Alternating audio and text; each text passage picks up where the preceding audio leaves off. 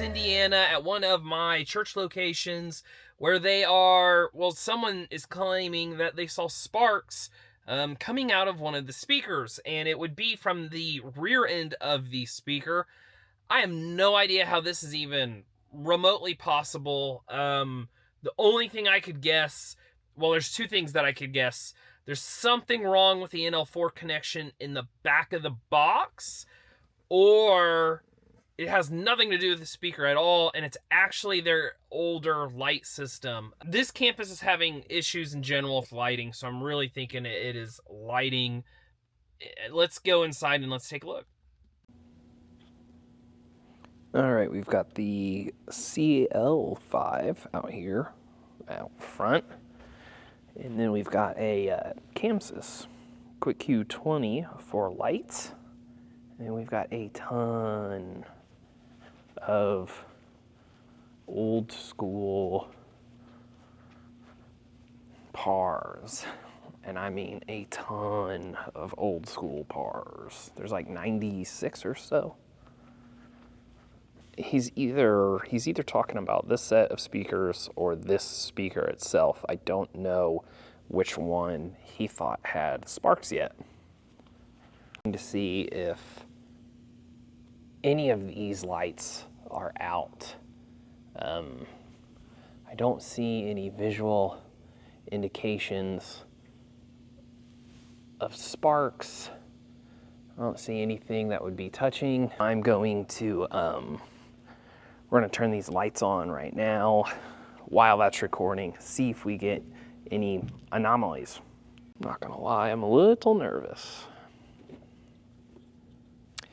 They restrict this system a little bit down to like 80%. They're trying to conserve power on the dimmer racks, and they say, you know, if they go past 80%, things start to flicker. So I'm going to throw this thing up to 100, and we're just going to hurt them. Here we go. 3, 2, 1.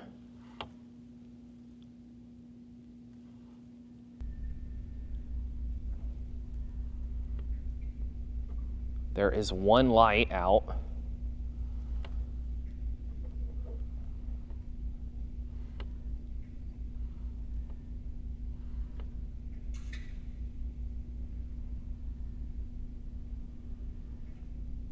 There's one light out directly behind the speakers. I will turn this one down and have a look.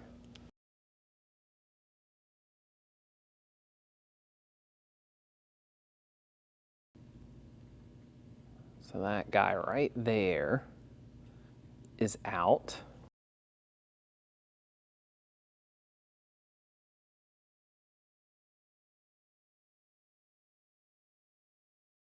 All right, so I really do. I think he just witnessed a light going out, and, you know, maybe it popped or something, and who knows, maybe a spark came out of it, but I don't see anything that would make me think that the speakers themselves are sparking.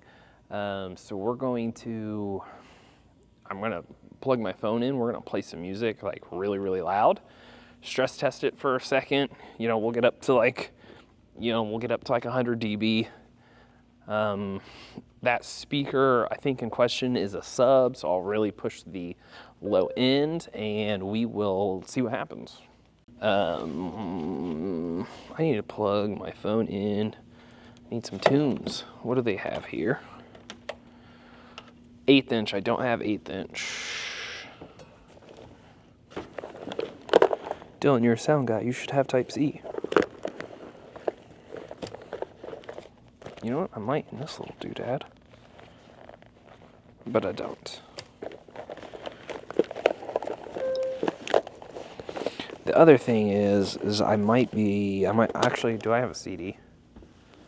Can I hit play? Yeah, there's a CD in there. So we're gonna try CD instead.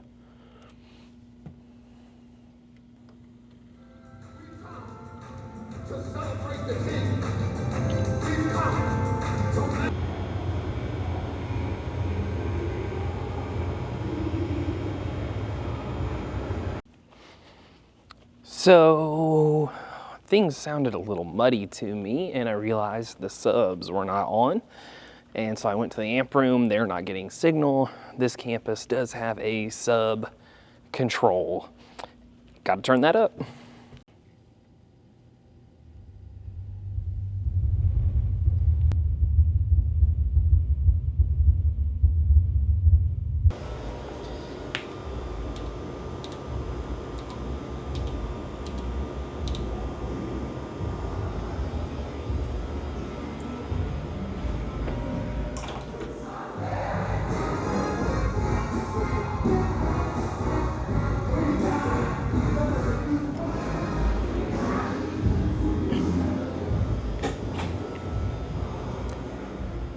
PA is bumping right now. I'm gonna turn the lights on at 100%. They never go past 80, but I'm gonna turn them up to 100 and see as like a stress test if things start dying.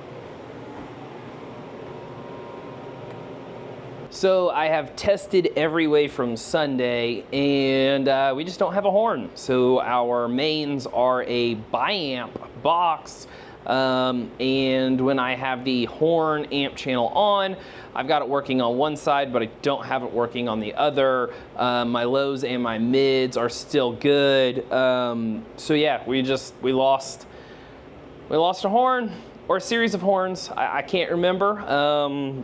So now I have to, which is really surprising, this PA is not very old. Looking at the limiters, I guess we could bring the limiters down a bit, potentially. But I didn't even think that we were using any of our amp channel, to be real. I got to figure out how to replace a horn and how we're going to do that. So I've got some paperwork ahead of me. I am going to, we're going to pack this up now. I'm going to write a report up and start driving to Danville, Indiana. I've got some equipment to pick up there.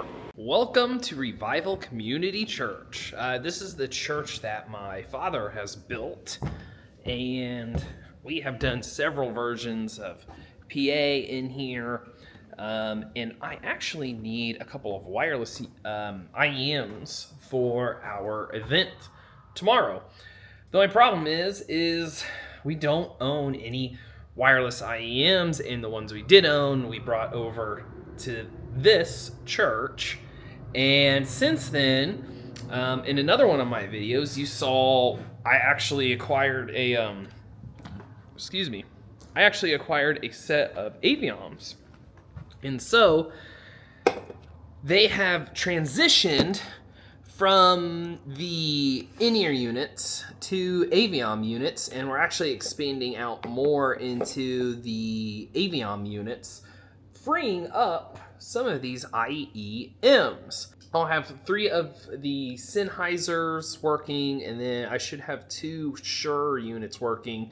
I will have to do some frequency things as well, because I've got an 8-person band and they all want ears. And so I think some of my drummers and my keyboard players, they're gonna have some like Behringer mono units, and 3 or 4 of my guys are gonna have probably still mono, but they'll have wireless IEMs, which reminds me, they're gonna want a wireless signal so that way they can do their own monitor mixes. Speaking of boss man, hey. All right, I need to get this out of here because that's not being used.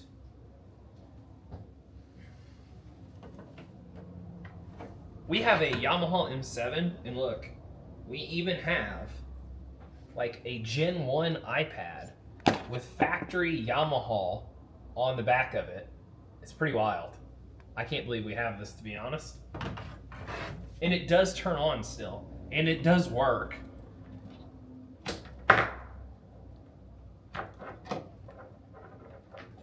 You just can't update it to the latest and greatest, so we can't update the console to a certain point, I think.